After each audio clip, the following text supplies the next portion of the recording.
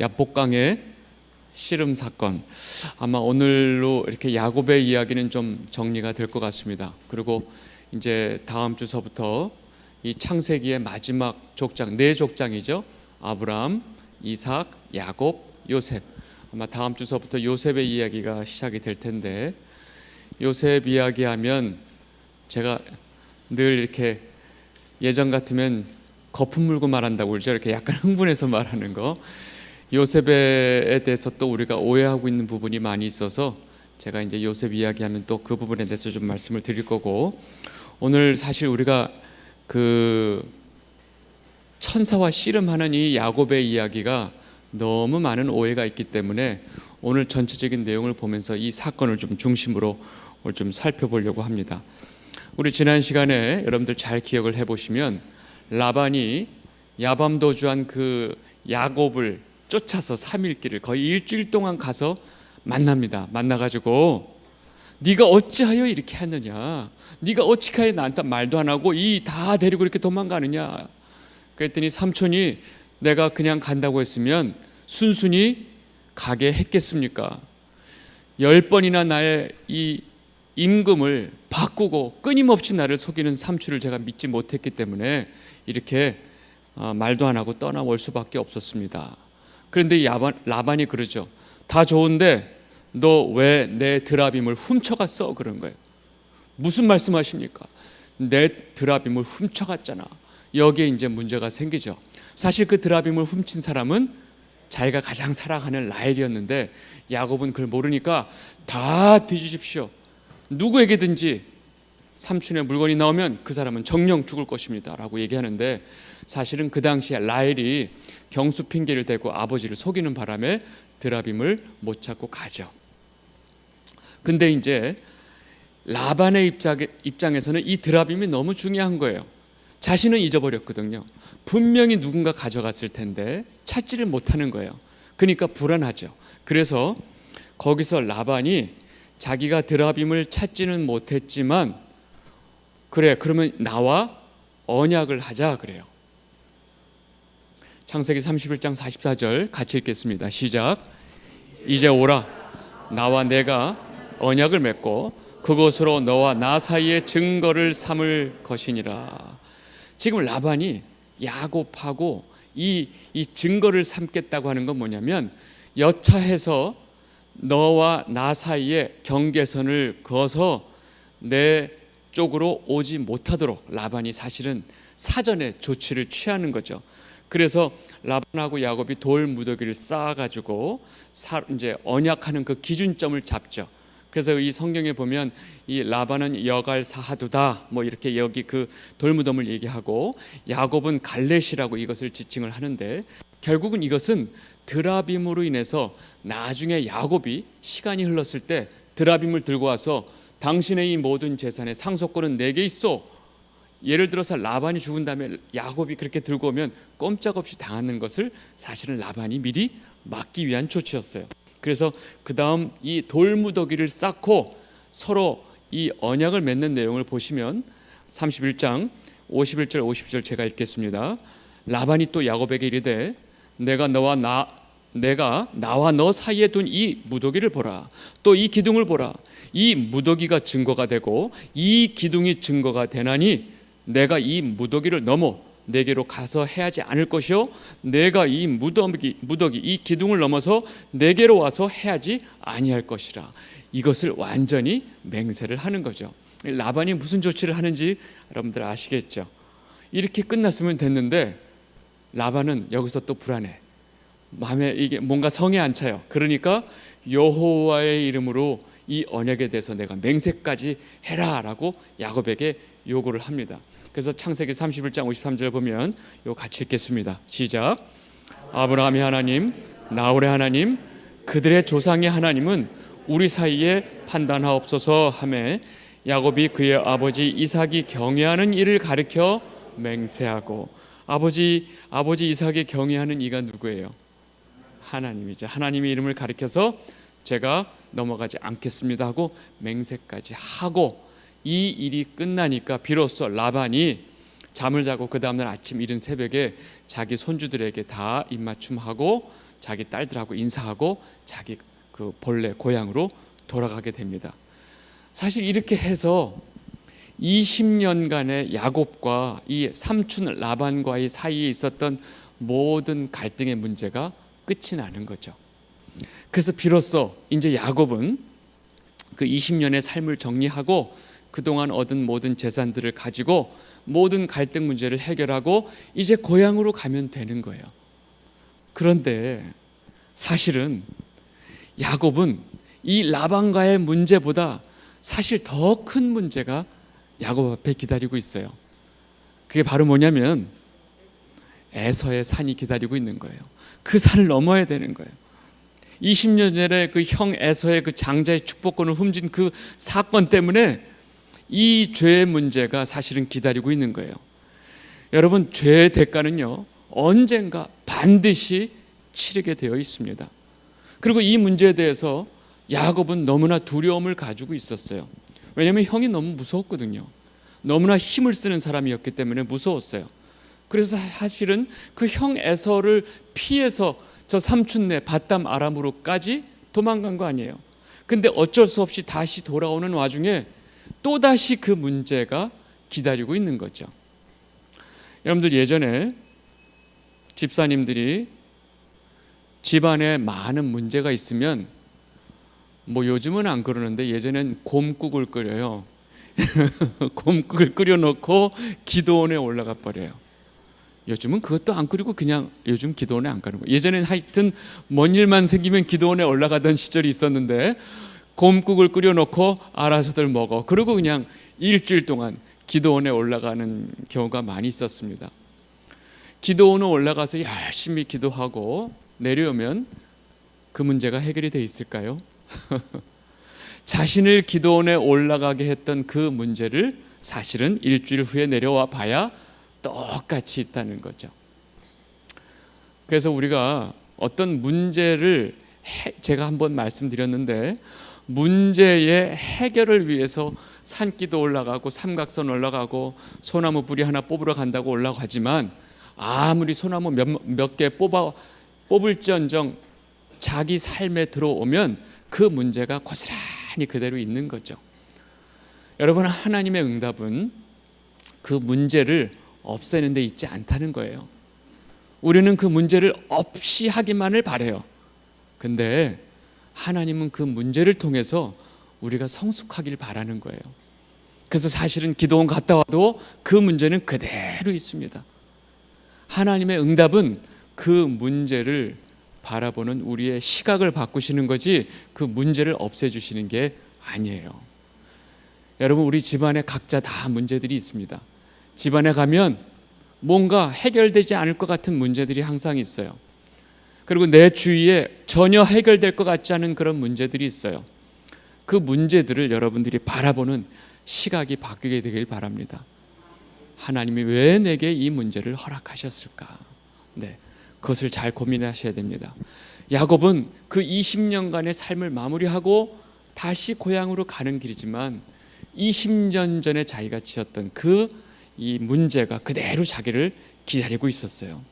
이제 더 이상 도망갈 데도 없고, 그리고 또 하나님께서 다시 고향으로 돌아가라고 했기 때문에 야곱은 다시 가야 되는데 문제는 현실 속에서 에서에 대한 이 문제, 그 두려움을 감당할 수가 없었어요. 감당이 안 되고 너무 그 두려움이 커지니까 마침내 하나님이 야곱에게 나타납니다.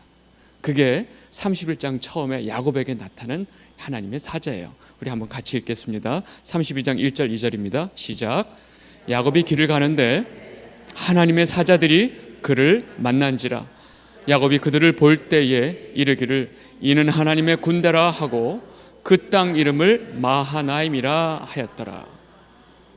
왜 갑자기 야곱 앞에 하나님의 사자가 나타났을까요?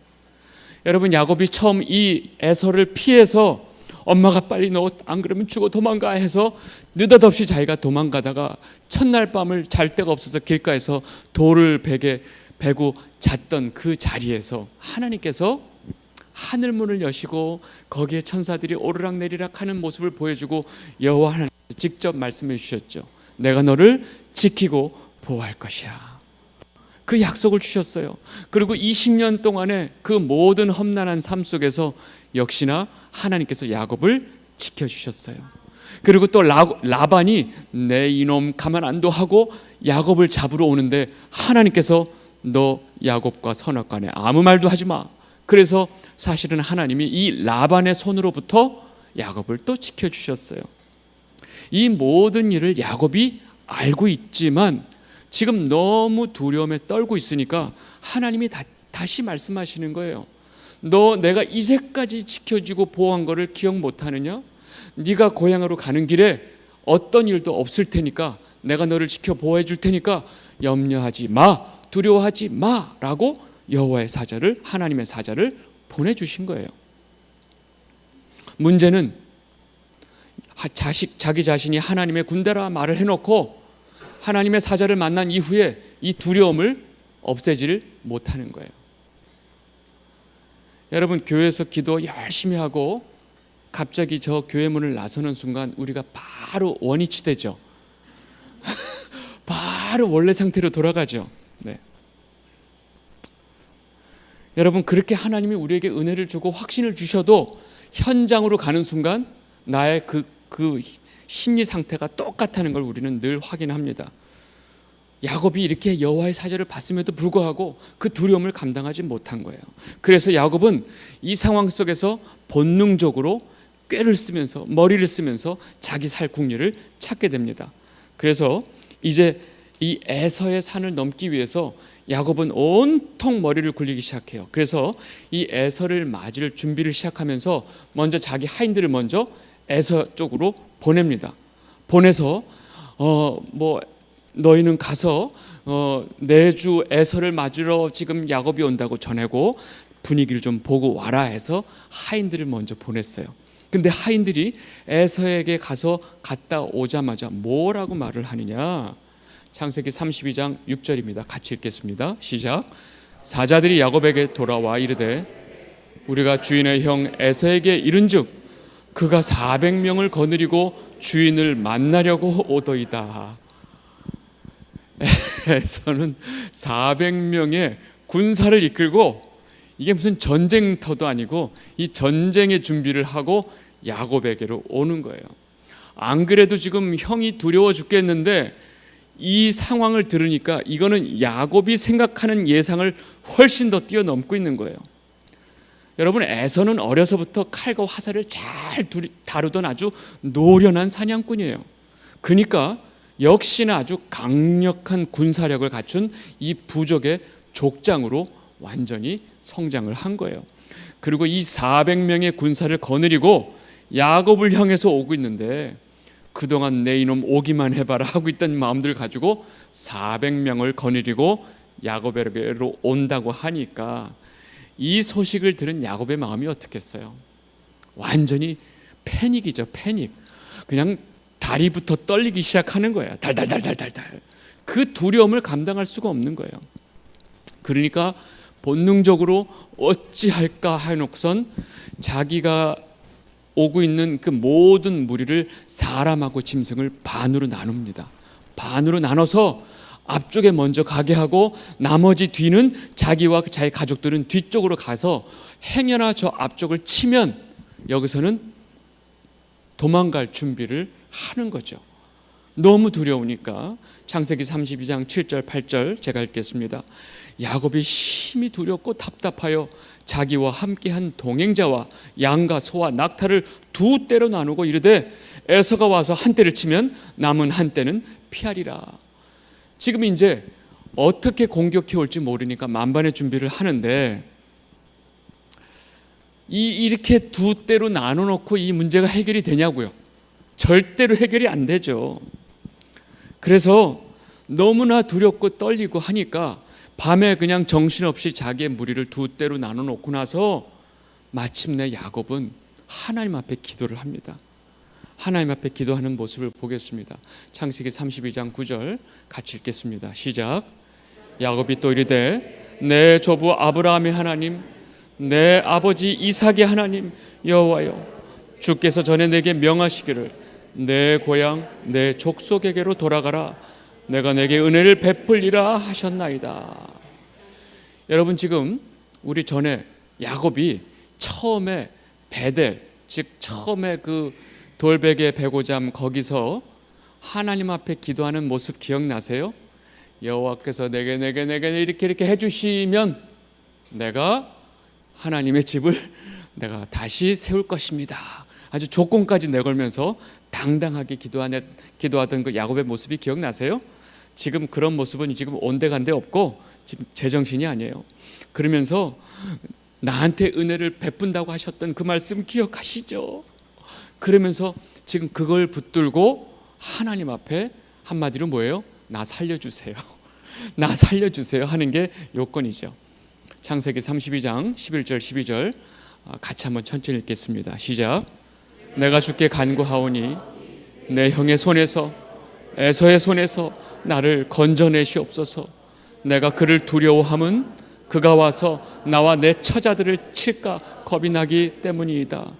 주께서 말씀하시기를 내가 반드시 내게 은혜를 베풀어 내 씨로 바다에 셀 수 없는 모래와 같이 많게 하리라 하셨나이다.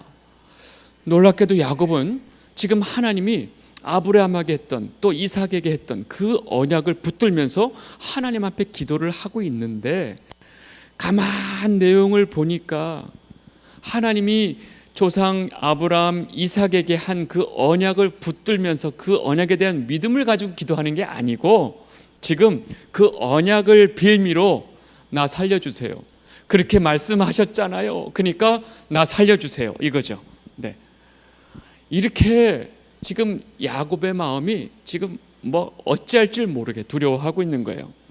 그렇게 기도를 마친 야곱은 이제 이 에서의 어쨌든 에서를 만나게 되니까 이 에서의 마음을 어떻게 진정시킬까 또 꾀를 짜기 시작하는 거예요. 그래서 어떻게 방법을 찾았냐? 뇌물을 먹이자. 뇌물을 먹이는데 이것도 아주 계획적으로 이걸 합니다. 이 내용을 좀 보겠습니다. 32장 13절에서 15절 제가 읽겠습니다. 야곱이 거기서 밤을 지내고 그 소유 중에서 형 에서를 위하여 예물을 택하니 암염소가 200이요 순염소가 20이요 암양이 200이요 순양이 20이요 전나는 낙타 30과 그 새끼요 암소가 40이요 황소가 10이요 암나귀가 20이요 그 새끼 나귀가 10이라. 여러분 지금 예물로 준비한 이 동물들이 어마어마해요. 예? 지금 암염소 200마리를 생각해 보세요. 이것도 어마어마한데 암염소 200마리, 그 다음에 암양 200마리, 예. 그리고 또 이제 순염소는 20마리씩, 예. 요거는 이제 그 우리 종자가 필요하니까 순염소까지 이렇게 챙겨가지고 아주 계획적으로 받는 사람이 너무 기분 좋게 아주 배열도 장렬하게 이렇게 준비를 합니다. 여러분 이걸 보면 지금 야곱이 저 밧단 아람에서 엄청난 재산을 가지고 오는 거예요. 지금 이거를 자기 걸 다 주는 게 아니라 일부만 빼서 지금 예물을 바치는데도 이 정도예요. 그러니까 야곱이 엄청나게 사실은 재산을 모았어요. 근데 그 재산을 이렇게 포기하면서까지 지금 이것을 준비하는 거는 그 두려움이 너무 컸고 죽는 것보다는 나으니까 지금 아주 어쩔 수 없이 이 자기의 엄청난 재산들을 지금 포기하고 있는 겁니다. 놀랍게도 지금 야곱은 지금 암염소 200마리, 순염소 20, 또 암양 200마리, 순양 20마리 요거를 한 무리로 만들어서 요거를 이끄는 하인들을 먼저 앞에 세우고 또 거리를 띄어서 암염소 200마리를 앞에 세우고 또 거리를 띄어서 암양 200마리를 세워서 끌고 가게 하고 또 거리를 띄어서 낙타, 염소, 암나귀들을 따로 또 띄워 놓는 거예요. 그러니까 이거를 세 등분을 해서 천천히 가면서 지금 맨 앞에 딱 오면 이게 누구냐? 그러면 이것은 우리의 주인 야곱의 재산인데 야곱의 주인 되신 에서님께 드리는 예물이옵니다 하고 한번 매기고 그래? 오케이. 그럼 또 가다 보면 또 암양이 200마리가 나. 이건 또 뭐냐? 이것도 내 주 에서에게 바치는 예물이옵니다. 이거를 3단계로 준비를 해요. 이 야곱이 이렇게 아주 철저하게 준비하는 이유가 있어요. 창세기 32장 16절 야곱이 하는 거 보세요. 같이 한번 읽겠습니다. 시작. 그것을 각각 때로 나누어 종들이 손에 맡기고 그의 종에게 이르되 나보다 앞서 건너가서 각 때로 거리를 두게 하라 하고, 요렇게 예물을, 뇌물이죠. 예물이 아니라 뇌물이죠. 나 좀 살려달라고 하는 뇌물인데, 요거를 세 때로 나눠서 보여주면 같은 양보다 많아 보여요. 엄청나게 많아 보여요. 여러분, 뭔가를 줄 때 한 번에 주면 안 돼요. 나눠서 차분히 줘야, 같은 돈이라도 짝에서 줘야 더 많아 보여요. 이게 왜 이렇게 야곱이 하냐면, 에서를 누구보다도 야곱이 잘 알거든요. 에서는 굉장히 쉽게 흥분하고 쉽게 가라앉은 아주 다혈질적인 사람이기 때문에 이렇게 지금 자기를 가만 안 두겠다고 하고 400명을 이끌고 오고 있는 그 흥분한 상태를 가라앉히기 위한 단계를 두고 지금 야곱이 준비를 하는 거예요. 그러면서 그 종들에게 뭐라고 당부하냐면 17절에서 19절 제가 읽겠습니다. 그가 또 앞선 자에게 명령하이르되 내 형 에서가 너를 만나 묻기를 내가 누구의 사람이며 어디로 가느냐, 내 앞의 것은 누구의 것이냐 하거든 대답하기를 주의 종 야곱의 것이요 자기 주 에서에게로 보내는 예물이오며 야곱도 우리 뒤에 있나이다 하라 하고, 그 둘째와 셋째와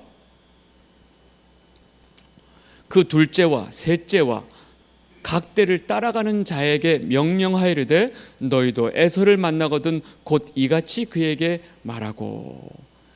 지금 야곱이 자기 종들을 시켜서 에서를 만나면 무슨 말을 어떻게 할지 상세히 말하는데, 주의 종 야곱의 것이고 자기 주 에서에게로 보내는 예물이옵니다. 완전히 그냥 지금 아주 허리를 굽혀가지고 땅에 대고 있어요, 야곱이. 네. 왜냐하면 야곱은 이 에서의 성격을 잘 알기 때문에 이렇게 금방 흥분했다가 가라앉는 이 다혈질의 에서를 이런 식으로 이용해서 차분히 자기를 오기 전에 에서의 마음을 풀려고 하는 목적이 있었다는 거죠. 사실 야곱이 하는 거 보면 굉장히 지혜로워요. 지혜롭고 아주 머리를 기가 막히게 했습니다.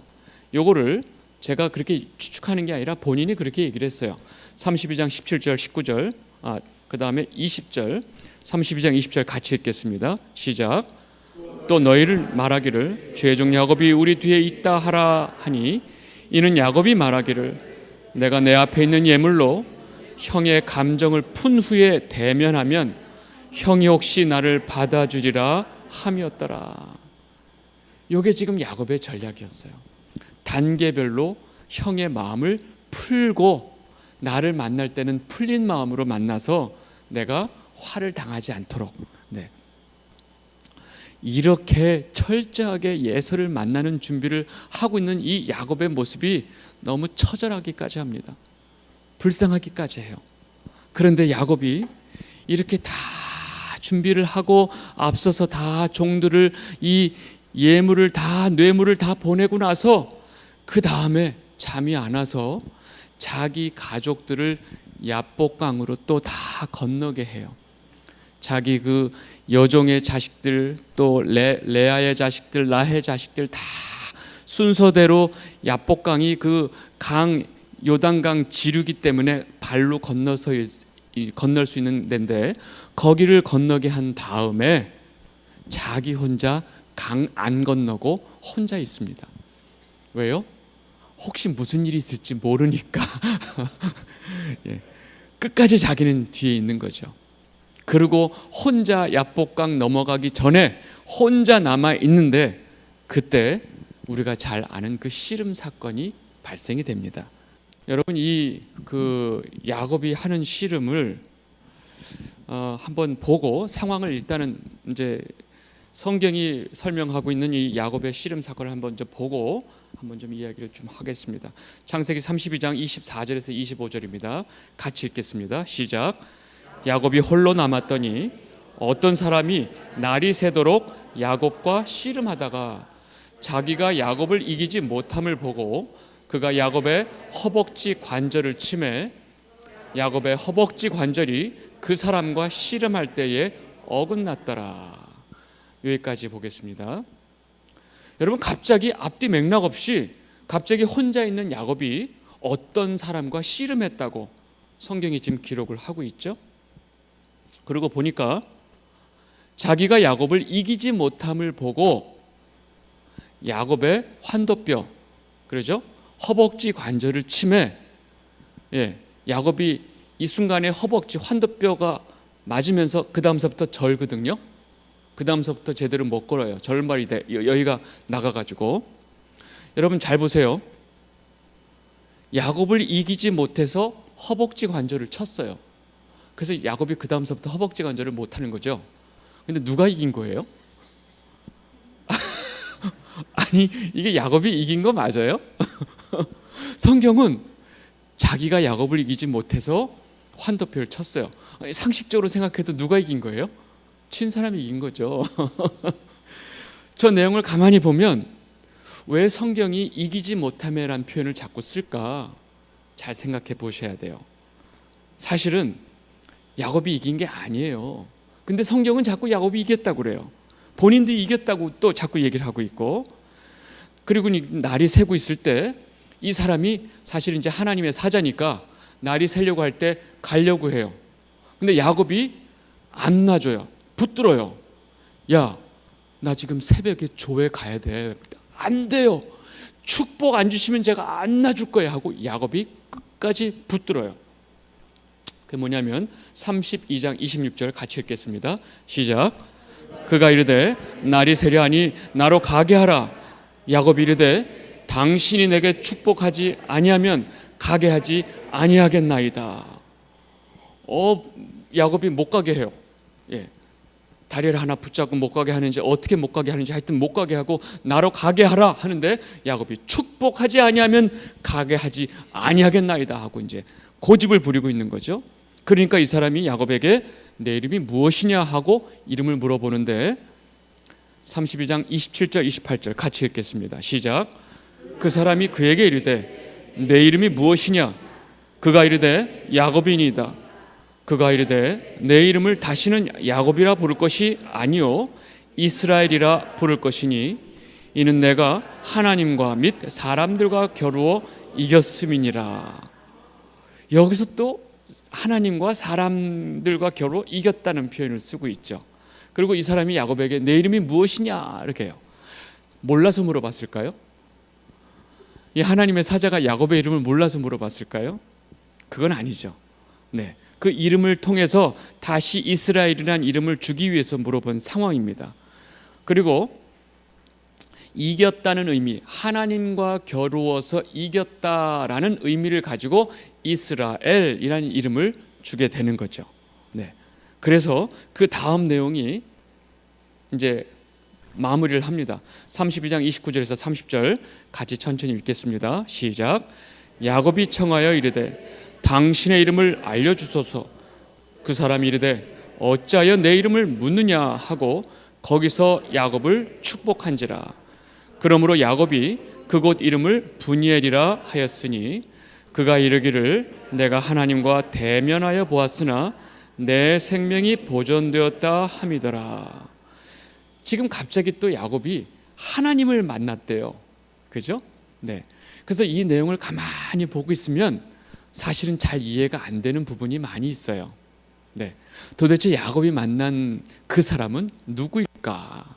분명히 사람은 아니고 야곱은 하나님이라고 그러는데 어떻게 하나님과 또 씨름을 해서 또 이기고 또 그 하나님의 사자, 하나님이라고 얘기하는 그 하나님의 사자가 야곱의 환도뼈를 또 치고 이름도 물어보고 야곱이 못 가게 하니까 또 가지도 못하고 뭐 이런 상황이에요. 그래서 이게 도대체 무슨 내용인가? 여러분, 이 내용을 대부분 어떻게 오해하고 있냐면요, 이 야곱의 씨름 사건을 가장 오해하는 방식이 뭐냐면 이걸 대부분 이렇게 이해를 합니다. 이 사건을 통해서 야곱처럼 끈질기게 끝까지 하나님께 매달리고 기도하면 하나님께서 그 정성에 감동해서 그 기도를 들어주십니다. 할렐루야. 그럼 여러분들 아멘 하셔야죠. 할렐루야. 이러면 그러니까 우리는 끝까지 기도를 하면 하나님께서 이 기도를 들어주십니다 라고 이 내용을 가지고 이해를 하죠. 그리고 우리가 보통 강청기도란 말 들어보셨어요? 그냥 끝까지 강하게 하나님께 그냥 아주 그냥 불독같이 늘어지고 그냥 하는 기도, 이 강청기도를 해야 됩니다. 끝까지 인내를 가지고 기도하면 우리가 못 얻을 것이 없습니다.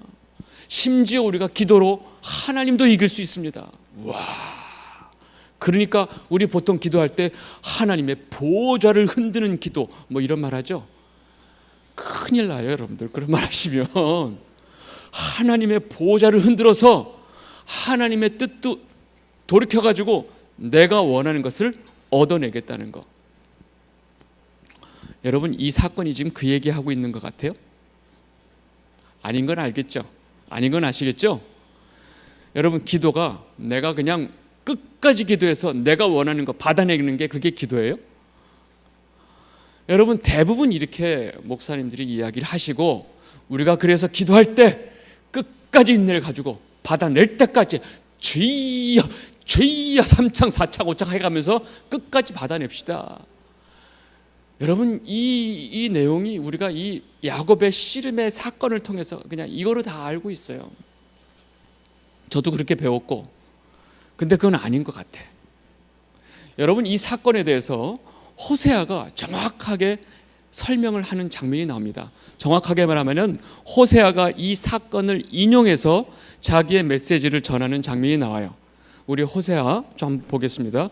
호세아 12장 2절에서 4절의 내용인데 제가 읽을 테니까 차분히 한번 보세요. 여호와께서 유다와 논쟁하시고 야곱을 그 행실대로 벌하시며 그의 행위대로 그에게 보응하시리라. 야곱은 못해서 그의 형의 발뒤꿈치를 잡았고 또 힘으로는 하나님과 겨루되 천사와 겨루어 이기고 울며 그에게 간구하며 하나님은 베델에서 그를 만나셨고 거기에서 우리에게 말씀하셨나니. 여러분 지금 호세아가 이 야곱의 이 그 씨름 사건을 인용해서 말을 하고 있는데 그 위에 보니까 야곱을 그 행실대로 벌하시며 그의 행위대로 보응하시리라. 지금 이게 좋은 내용은 아니라는 거 아시겠죠? 야곱을 하나님께서 벌하셨다는 얘기를 하시면서 하나님과 겨루되 천사와 겨루어 이기고 야곱이 울었대요. 그리고 이 이야기를 하면서 그 다음 연결되는 호세아 말씀이 뭐냐면 5절 6절 보니까 여호와는 만군의 하나님이시라. 여호와는 그를 기억하게 하는 이름이니라. 그런즉 너의 하나님께로 돌아와서 인애와 정의를 지키며 항상 너의 하나님을 바랄지니라. 너희는 이제 하나님께로 돌아오라. 그리고 하나님의 인애와 정의를 지키면서 하나님을 바라보고 살아야 된다라고 사실은 촉구하면서 너희들은 야곱과 같이 그렇게 하지 말아라 하는 얘기로 지금 이 사건을 인용하고 있다는 거예요. 지금 호세아가 설명하고 있는 이 야곱의 행실은 하나님에게 벌을 받았다고 지금 말을 하고 있거든요. 그러면 지금 힘으로 하나님과 겨루고 천사와 겨루어서 울었다고 설명하는 이 장면이 결국 하나님에게 사실은 벌을 받고 있는 장면이라고 지금 호세아는 설명하고 있어요. 그리고 호세아는 이 이스라엘 백성들에게 너희도 그렇게 야곱이 당한 벌처럼 벌을 받지 말고 하나님께 돌아오라고 지금 촉구하고 있는 내용이에요. 그래서 호세아는 지금 이 야곱의 이 야복강 씨름 사건을 인용하면서 이스라엘의 그 신앙적인 잘못된 실패, 그 다음에 패역함을 지금 꾸짖고 있는 거예요. 그럼 이 야곱의 이 씨름 사건을 우리가 다시 봐야 되는 거예요. 여러분 지금 하나님이 끊임없이 하나님의 사자를 통해서 말씀해 주셨죠. 내가 너를 보호할 것이다. 내가 너를 지켜줄 테니까 걱정하지 마. 두려워하지 마 라고 계속 말씀하셨어요. 그런데 야곱은 끊임없이 두려워하면서 자기 꾀를 쓰면서 자기가 이 사건을 모면하기 위해서 온갖 짓을 다 하고 앉았죠. 그리고 심지어 두려워서 떨면서 자기 새끼들까지 다 먼저 보내고 자기 혼자 남아있는 상태예요. 그때 하나님의 사자가 내려와서 야곱과 씨름을 하는 겁니다. 여러분, 이거는 사실은 하나님께서 야곱에게 내려와서 야곱을 책망하고 있는 사건이에요. 분명하게 하나님께서 야곱에게 내가 너를 보호해 줄 것이다 라고 말을 했음에도 불구하고 끊임없이 야곱은 하나님에 대한 뭘 가지고 있는 거예요? 믿지 못하는 거죠. 이거를 불신앙, 그리고 의지를 가지고 자기를 보호하기 위해서 몸부림치고 있는 모습이 지금 야곱의 이 모습이에요. 여러분, 이 씨름의 사건을 다시 한번 다른 각도에서 볼 때 여러분, 야곱의 삶은 자신이 말한 대로 정말 험난했어요. 정말 험난했어요. 야곱의 인생에 있어서는요, 수많은 갈등이 있었고 수많은 시비가 있었고 수많은 다툼이 있었어요.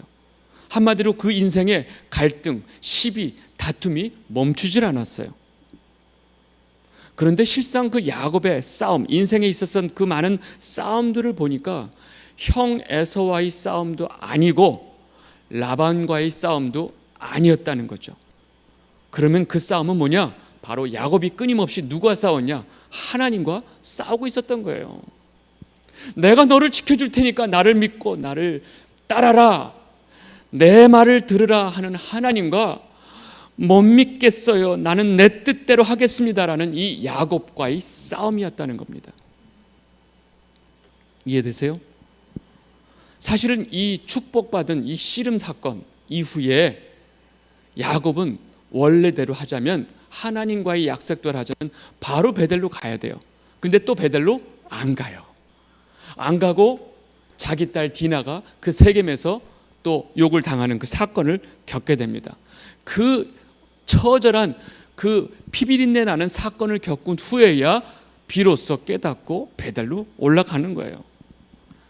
여러분, 나중에 보면 우리들의 가지고 있는 너희들 무슨 우상 같은 거 다 버려, 베델로 올라가기 직전에 그걸 명령해요. 그 얘기 뭐냐면 원래 자기 식구들이 가지고 있었던 모든 우상들에 대해서도 별로 신경을 쓰지 않았다는 거죠. 여러분, 이렇게 끝까지 야곱은 자기의 뜻을 굽히지 않았기 때문에 야곱의 삶이 험악할 수밖에 없었다는 겁니다. 이게 야곱이 평생 하나님과 씨름을 해온 상황이었어요. 그러면 우리가 지금까지 봤던 이 야곱의 야복강의 그 씨름 사건을 보면 왜 야곱이 하나님을 이겼다고 말하냐면, 이것은 하나의 성경이 아주 완곡하게 반어법을 쓰고 있는 거예요. 여러분, 자식 이기는 부모 없어. 여러분, 우리가 흔히 하는 이 말을 잘 생각해 보세요. 이때 자식이 힘이 세서 부모를 이기나요? 자식이 능력이 있어서 부모를 이겨요? 제가 이겼다는 표현을 이해하려고 제가 이 표현을 쓴 겁니다. 자식 이기는 부모 없어에서 자식이 부모를 이긴다고 할 때 이 이긴다고 하는 그 느낌 아시겠죠? 지금 그 표현이에요. 야곱의 인생에서 이 자기의 욕심, 옛 자아가 얼마나 강한지 야곱이 자기 뜻과 거슬리면 하나님도 적으로 간주하고 무조건 싸워서 이기려 든다는 거예요. 이런 야곱의 지독한 자기 중심성을 강조하기 위해서 하나님도 야곱을 이길 수 없었다라고 표현을 하는 겁니다. 이 얘기는 무슨 말이에요? 야곱이 자기의 중심성, 자기의 욕심이 얼마나 강했는지를 강조하고 있는 표현이에요. 그리고 야곱은 현실과 상관없이 또 자기가 이겼다고 착각하는 거예요. 내가 하나님과 겨뤄서 이겼어. 그랬는데 분명히 자기는 이겼다고 생각했는데 정신 차리고 보니까 자기 환도뼈가 나가 있어. 그리고 아무것도 못해, 걷지도 못하는 상황이 됐어요. 여러분, 누가 이긴 거예요? 자기가 이긴 거 맞아요? 현실을 보니까 자기가 제대로 걷지도 못하는 너무나 무력한 자신을 발견하는 거예요. 그리고 그 씨름이 자신이 이긴 것이 아니고 거꾸로 자신이 완패됐다는 사실을 깨닫고 그 자신의 현실적인 모습을 보고 통곡을 하는 거예요. 그래서 아까 호세아가 뭐라고 표현하냐면,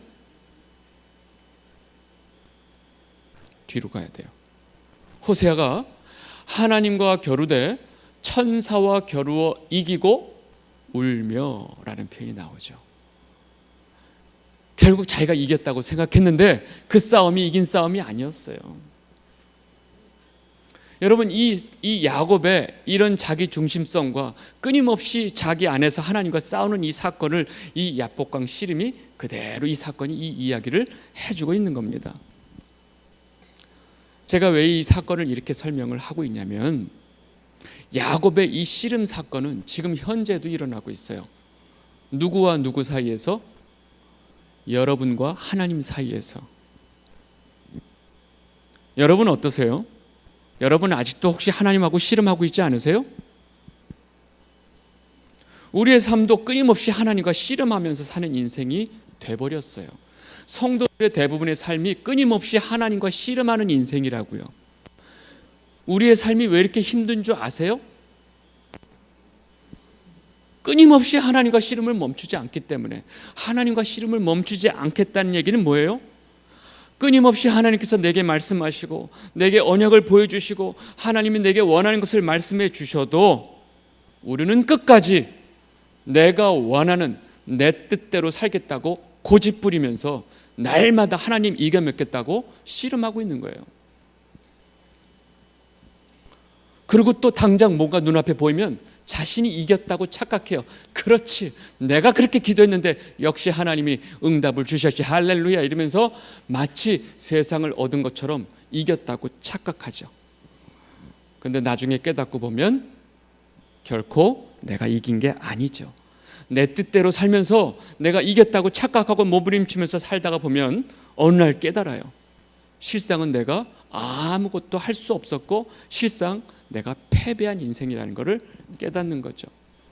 그리고 하나님 앞에 납작 엎드리고 나와서 하나님 앞에 나오는 거예요. 그게 우리 성도들의 인생입니다.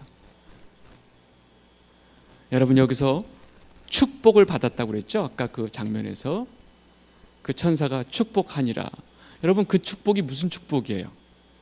그 축복 받고 자기 딸이 강간당했는데요, 끊임없이 자기 원대로 싸우고 있는데요, 여러분, 성경이 그래 니들이 그렇게 축복을 원해? 줄게. 여러분, 하나님께서 이스라엘 백성들이 그 민수기에 보면 우리의 매장지가 없어서 우리를 여기서 끌어내서 우리를 죽이려 합니까? 고기도 못 먹고 애굽에서는 먹었는데 마늘도 못 먹고 하면서 막 슬피 우니까 하나님께서 메추라기를 보내시는데 니들 많이 힘들었지, 이거라도 먹고 배 채우고 기운 내가 아니라 그래 시컨들 처먹어봐, 그러면서 메추라기를 그냥 보내버리는 거예요. 그게 기도의 응답이라고 보시면 안 돼요. 성경을 똑바로 보셔야 돼요. 하나님이 이것들이 끝까지 나를 못 믿고 나를 원망하고 이것에 온 나를 그래 내가 니들 이빨에 껴서 아주 그냥 누린내가 날 때까지 먹게 해준다면서 메추라기를 보내주시는 거예요. 여러분, 그 마음이, 하나님 마음이 어떤 마음으로 그 사건이 일어나는지 우리가 봐야 되는 거예요. 여러분, 지금 야곱의 씨름 사건에서 그래 그렇게 니들이 원하는 건 내가 축복 줄게, 받아, 잘 살아봐. 여러분, 이 느낌의 축복이에요. 복 하니까. 네. 그래서 온통 이 야곱의 씨름 사건을 우리가 그냥 열심히 기도해서 그냥 주여 3창 7창 막 하면서 받아내겠다고 하는 그런 강청 기도 얘기가 아니고, 너희들 언제까지 너희 뜻대로 하면서 내 말을 안 듣고 나와 씨름할 거야 하면서 지금 야곱을 혼내고 있는 상황이라는 것을 우리가 알아야 됩니다. 네.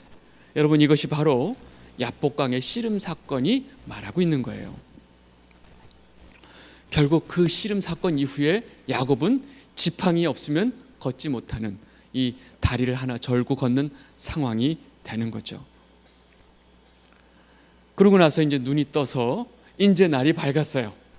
결국 천사는 떠나고 날이 밝았어요. 이후에 야곱은 결국 에서를 만나게 됩니다. 와, 400명의 군사를 이끌고 그 형 에서가 딱 오니까 야곱이 자기 식구들 자기 뒤에 세우는 정렬하는 거 보세요. 여종들과 여종들의 자식들, 그 다음에 레아와 레아의 자식들, 맨 뒤에 라헬과 라헬의 자식들 다 이렇게 구분해서 줄을 세우고 자기가 앞에서 완전히 90도 각도로 내 주 예수여, 아니요, 내 주 에서여 하면서 형한테 완전히 머리를 대고 하는 거죠. 그런데 놀랍게도 에서가 달려와서 이제 그 뇌물빨이 먹혔는지 에서가 다녀와서 이 야곱을 끌어안고 웁니다. 33장 4절 같이 읽겠습니다. 시작. 에서가 달려와서 그를 맞이하고 안고 목을 어긋 맞추어 그와 입 맞추고 서로 우니라. 몇 년 만에 만난 거예요? 20년 만에 만났죠. 엉엉 둘이 울어요. 근데 제가 이 에서와 야곱이 서로 부둥켜 안고 엉엉 우는 모습을 제가 보니까 각각의 그 눈물의 의미가 달라. 그죠? 뭐 에서는 잘 모르겠고 야곱이 지금 그렇게 보고 싶었던 형 내가 만나서 그 형을 보고 싶었던 형을 만나서 우는 게 아니에요. 이 지금 야곱의 눈물은 죽음의 공포에서 벗어난 안도의 눈물이 아닐까. 그렇게 그냥 몇 날 며칠을 달달달달달 떨다가 마침내 형이 와서 자기를 안고 울면서 이렇게 입맞춤을 하니까 이 죽음의 공터에서 벗어난 그 안도 때문에 눈물이 난 게 아닐까. 여러분, 이 상황에서 그렇게 야곱이 꾀를 쓰고 자기의 머리를 써서 아주 철저하게 예물을 준비해서 형한테 갖다 바치면서 에서의 마음을 풀었기에 이렇게 에서가 마음이 풀리고 이 야곱과 화해의 만남을 했을까 하는 거예요. 여러분, 아니에요. 이것은 전적으로 하나님께서 언약을 실행하시면서 야곱을 안전하게 지켜주시기 위한 그 모든 하나님의 일이지 야곱이 그렇게 애쓴 게 아니라는 거죠. 여러분, 이 사건을, 성경에 일어나는 사건을 볼 때 무엇을 중심으로 보는지가 굉장히 중요합니다. 여러분, 이렇게 만났어요. 만났고 그 이후에 뭐 자세한 얘기는 여러분들 성경 보시면 아시니까. 그래서 형이 야 가자, 내가 안내할 테니까. 그러니까 사실은 부둥켜 안고 울고 화해도 했지만 형이 내가 안내할 테니까 행이나 또 가다가 누구나 적군들이 치면 안 되니까 이 치안의 문제 때문에 내가 보호해주고 갈 테니까 나랑 가자 그랬더니 야곱이 아닙니다 형님, 먼저 가십시오. 저희 아직 지금 산태가 있고 지금 이 동물들이 더 가다가 큰일 나니까 걱정하지 마시고 먼저 가십시오. 왜요? 가다가 만변하면 어떡해. 그게 두려운 거야. 그러니까 지금 울고 우는 장면에 이 야곱의 마음이 이렇게 편치는 않아요. 아닙니다 형님, 먼저 가십시오 하고 사실은 자기가 끝까지 에서와의 거리를 두고 그거를 안도를 하는 바람에 그 이후에 사실은 하나님의 계획대로 이 모든 상황에서 하나님의 언약을 붙들었다면 야곱은 어디로 가야 되느냐? 베델로 가야 되는 거예요. 하나님하고 약속이 있기 때문에. 근데 베델로 안 가고 숫곳으로 가는 거죠. 33장 16절 17절 같이 보겠습니다. 시작. 이날에 에서는 세일로 돌아가고 야곱은 숫곳에 이르러 자기를 위하여 집을 짓고 그의 가축을 위하여 우릿간을 지었으므로 그 땅 이름을 숫곳이라 부르더라. 여러분, 야곱은 그렇게 자기가 덜덜덜덜 떨고 두렵고 힘들 때는 언약을 붙들고 그렇게 기도해놓고 정작 이 상황이 해결이 되니까 그 언약은 째껴버리는 거예요. 딱 누구 같아요? 아니 뭐 우리라고 하지 말고 손가락, 누구 같아요? 지적해 보세요. 여러분 여러분, 야곱의 이런 모습을 보면서 우리가 가슴을 찢어야 되는 거예요. 나만 요번만 살려주시면 그러면 싹 잊어버리죠. 그렇게 베델로 가라고 하나님하고 약속을 해놓고선 또 숫곳에 머물러요. 결국 여기에 머물렀는데 이 지역이 바로 세겜 땅 바로 옆이에요. 그러니까 그 딸이 그 세겜 마을을 이제 나이가 이제 좀 사춘기 때니까 그 딸 디나가 그 다른 이 지역의 딸들하고 이제 구경 나왔죠. 여기가 당시 좀 발달된 도시였으니까. 그랬다가 그 추장 그 하몰의 아들 세겜이 딱 보고 그냥 바로 강간을 해버리죠. 그러고 났는데 오히려 또 이 세겜이 그 디나를 너무 연모하게 되고 사랑하게 돼요. 자기가 강간을 해놓고. 그러고 나서 저 여자랑 결혼하겠습니다. 저 딸을 그래서 그 집에 가서 당신 딸을 주십시오 했는데 이미 오빠들은 니들이 감히 우리 동생을 욕을 보여? 가만 안 있어. 오케이, 딸 줄게. 그런데 우리는 풍습상 할례를 받지 아니한 사람하고는 절대로 혼인관계를 맺을 수 없으니까 너희 성에 있는 모든 남자들이 할례를 받으면 우리가 디나를 딸로 줄게, 아내로 줄게. 이렇게 해서 속여가지고 이 또 바보같이 또 할례를 다 받죠. 그 성의 모든 남자들이 할례를 받는데 할례를 받고 남자들이 딱 이틀 3일째는 꼼짝 못합니다. 그때 쳐들어가서 거기에 있는 남자들을 다 죽여버리는 사건이 생깁니다. 엄청난 피비린내 사건이 발생을 하는 거죠. 34장 25절 27절인데 제가 길어서 제가 천천히 읽겠습니다. 제3일에 아직 그들이 아파할 때에 야곱의 두 아들 디나의 오라버니 시므온과 레위가 각기 칼을 가지고 가서 몰래 그 성읍을 기습하여 그 모든 남자를 죽이고 칼로 하몰과 그의 아들 세겜을 죽이고 디나를 세겜의 집에서 데려오고 야곱의 여러 아들이 그 시체 있는 성읍으로 가서 노략하였으니 이는 그들이 그들의 누이를 더럽힌 까닭이라. 처절한 피해 복수극이 벌어지는 거예요. 여러분, 지금 이 야곱의 집안에서 일어난 그것도 둘째 셋째 아들, 지금 이 디나라고 하는 딸은 레아의 딸이거든요. 그러니까 레아의 아들들, 자기의 직접 같은 그 배 같은 여동생 오빠들이 가만 안 두는 거죠. 거기에 핵심이 시므온하고 레위가 이 일을 벌이는 겁니다. 이런 일을 겪고 그 주변에 벌써 상황이 아주 심각해지니까 야곱이 어찌하여 이런 일이 생기느냐, 너희들은 어찌하려고 이렇게 나를 곤란하게 하느냐라는 상황이 벌어져요. 이 일이 벌어진 다음에 비로소 하나님께서 야곱에게 다시 한번 얘기합니다. 야곱아, 너 나와의 그 언약을 잊었냐? 너는 베델로 올라가라 라고 하나님께서 다시 명령을 하신 다음에야 비로소 야곱이 베델로 올라가게 됩니다. 창세기 35장 6절에서 7절입니다. 천천히 같이 읽겠습니다. 시작.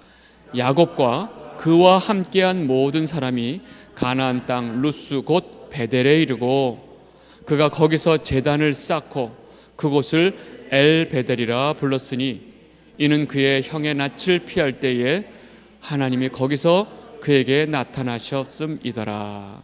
아멘.